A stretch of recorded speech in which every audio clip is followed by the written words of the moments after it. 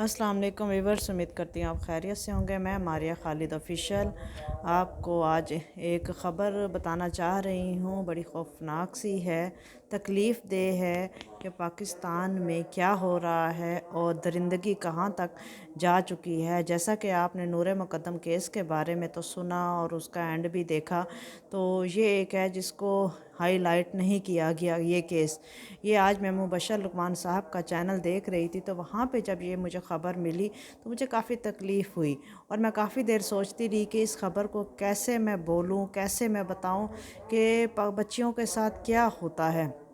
ये कहानी है, ये तकलीफ़ दे कहानी है वजिया फ़ारूक की। वजिया फ़ारूक जो अमेरिकन सिटीज़न हैं, उनके साथ क्या हुआ, उनको किस तरह एक दरिंदे ने मारा, अपनी लालच और हवस का निशाना बनाया और किस तरह उसने एक जाल बुना, प्लान बनाया एक पैसों के लिए। तो ये सब मैं आपको बताना चाह रही हूँ और मैं गुजारिश भी करूँगी जो हमारी अदालतें हैं उनसे और अपने जो वज़ीर आज़म साहब हैं उनसे, सदर साहब हैं, जो जो आला इक़्तिदार पे बैठे हैं, कि कोई भी केस अगर आपके पास आए तो कम से कम 3 महीने में उसका फ़ैसला कर दिया करें। ख़ास तौर पे कोई इस तरह किसी के साथ करे तो उसको तो फ़ौरन है ना सरेआम फांसी दे दी जाए तो बहुत बहुत बहुत बेहतर होगा। तो हम अपनी ख़बर की जानिब बढ़ते हैं। वजिया फ़ारूकी। वजिया फ़ारूकी कौन थी? ये कहाँ की थी?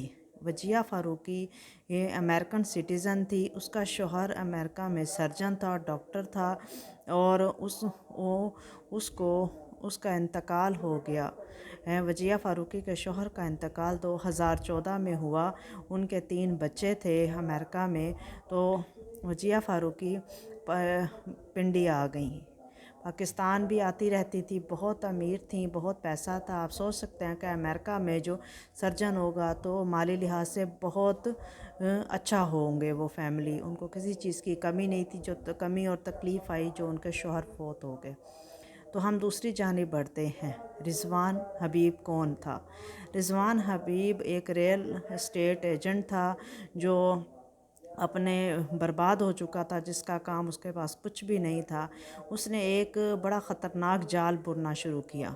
उसका जाल आप सुनेंगे तो ऐसे आपके रोंगटे खड़े हो जाएंगे कि कोई इंसान कितना घिर सकता है कि पैसों के लिए कुछ भी करने को इंसान कर सकता है। उसने जो जाल भुना उसकी तरफ आपकी तवज्जो मैं दिलाती हूँ। उसने ये जाल भुना कि उसने, क्योंकि वो इनके वजिया फ़ारूक के घर के हालात जानता था, उसने वजिया फ़ारूक को एक जाल में फंसाया और उससे शादी का प्रपोज़ल दिया। तो वजिया फ़ारूक के साथ इतना अच्छा बिहेवियर उसने रखा कि वो ना कर सकी और उसने उससे शादी कर ली। फिर वो अमेरिका वापस चली गई और उसने 10 लाख दरम भेजे कि मेरे बच्चों के नाम दुबई में एक अपार्टमेंट ले लो, जो उसने ना लिया। फिर उसने 30 करोड़ रुपए भेजे रावलपिंडी DHA फ़ेज़ 1 जो पोश इलाका है, 30 करोड़ से ज़्यादा भेजे कि इसको मेरे बच्चों के नाम कर दो। उसने वो अपने नाम कर दिया और 10 लाख धर्म की रकम तो वो हड़प भी गया। उसके अलावा भी मोटी रकमें डॉलर में वो भेजती रही कि जायदाद ले लो मेरे बच्चों के नाम, मेरे नाम, मैं उधर हूँ तो ले लो। और वो सर्जिकल सामान की एक्सपोर्ट का भी काम करती थी। बहुत स्ट्रॉन्ग थी वो लड़की, जिसका नाम वजिया फ़ारूक है। तो रिज़वान हबीब ने कुछ भी ना लेता रहा और अपने नाम करता रहा। जब इसके संगीन अज़ाइम पता लगे उसको, वजिया फ़ारूक को, तो वो बड़ी हैरान हुई और परेशान हुई और उसने रिज़वान हबीब से वापसी का मुतालबा किया। तो वो आई और उसने वापसी का मुतालबा किया तो वो उसने देने से इनकार कर दिया और उससे मारता पीटता रहा और उसने इसमें उसे तलाक भी दे दी। और वो जब उसने देखा मेरे हाथ कुछ भी नहीं है वजिया फ़ारूक ने, तो एबटाबाद वो अपने वालदैन के घर चली गई। वहाँ जब गई तो इसने इस पे केस कर दिया। वजिया फ़ारूक ने रिज़वान हबीब पे केस किया कि मेरे पैसे वापस दो। तो वो संगीन धमकियां देने लग गया कि ये कर दूंगा, वो कर दूंगा। अपने बच्चों और वालदैन की जान की खातिर, जान और माल की खातिर उसने केस वापस ले लिया वजिया फ़ारूक ने कि मैं कुछ नहीं कर सकती। तो वापस वो अमेरिका चली गई। تو ابھی رضوان حبیب کو چین نہیں آیا تھا، اتنا پیسہ ہڑپ کرنے کے بعد اس نے جعلی کاغذات بنوائے، رجسٹریاں بنوائیں اور اس کی تفصیلات اس کو بھیجیں وجیہ فاروق کو، اور اسے کہا کہ میں تمہیں ساری جائیداد واپس دیتا ہوں، میں شرمندہ ہوں، مجھے معاف کر دو اور اپنی جائیداد لے لو۔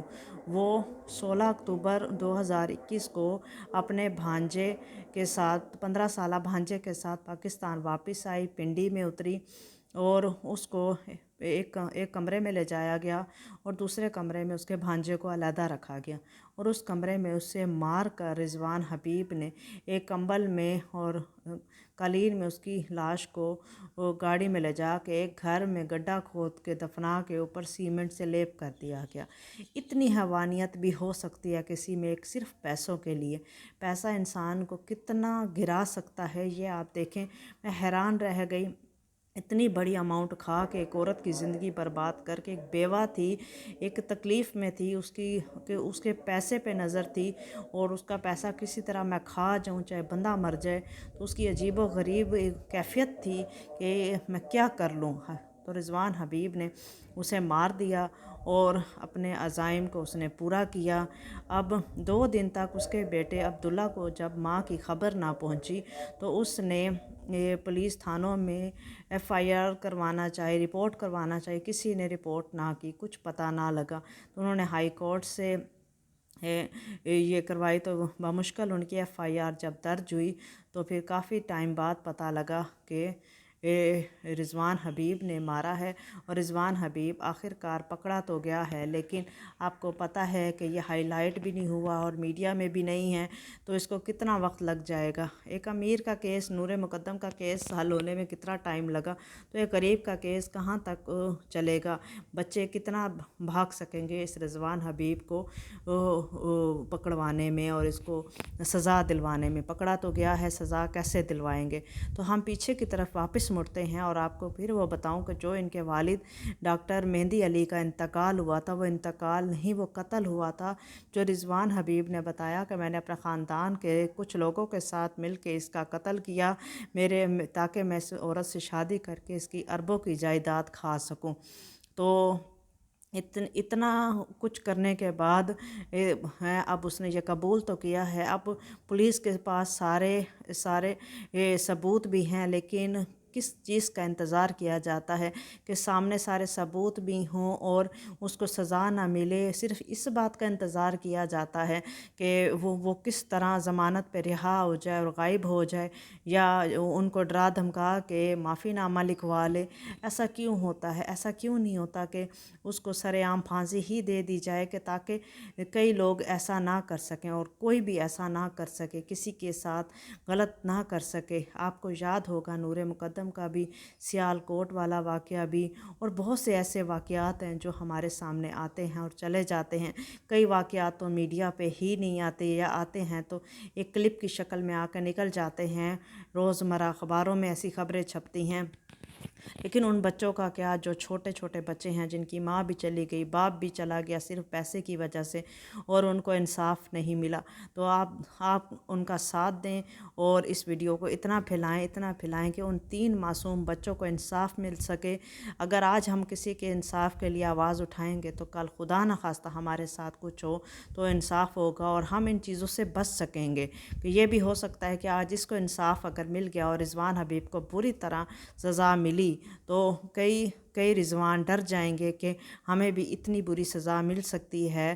تو ان بچوں کے لیے اور پورے پاکستان کے لیے اور پوری دنیا کے لیے ایک سبق ہو، اور اس ویڈیو کو پھیلائیں تاکہ وجیہ فاروق کو انصاف مل سکے۔ اپنی دعاؤں میں یاد رکھیے گا اور اس کے بارے میں آپ کو میں اپڈیٹ دیتی رہوں گی، کیونکہ مبشر لقمان صاحب نے کہا ہے کہ آپ اس کو اتنا شیئر کریں، اتنا پھیلائیں تاکہ ہم وجیہ فاروق کو انصاف دلوا سکیں۔ تو میری بھی یہی کوشش ہے۔ بہت شکریہ، جزاک اللہ۔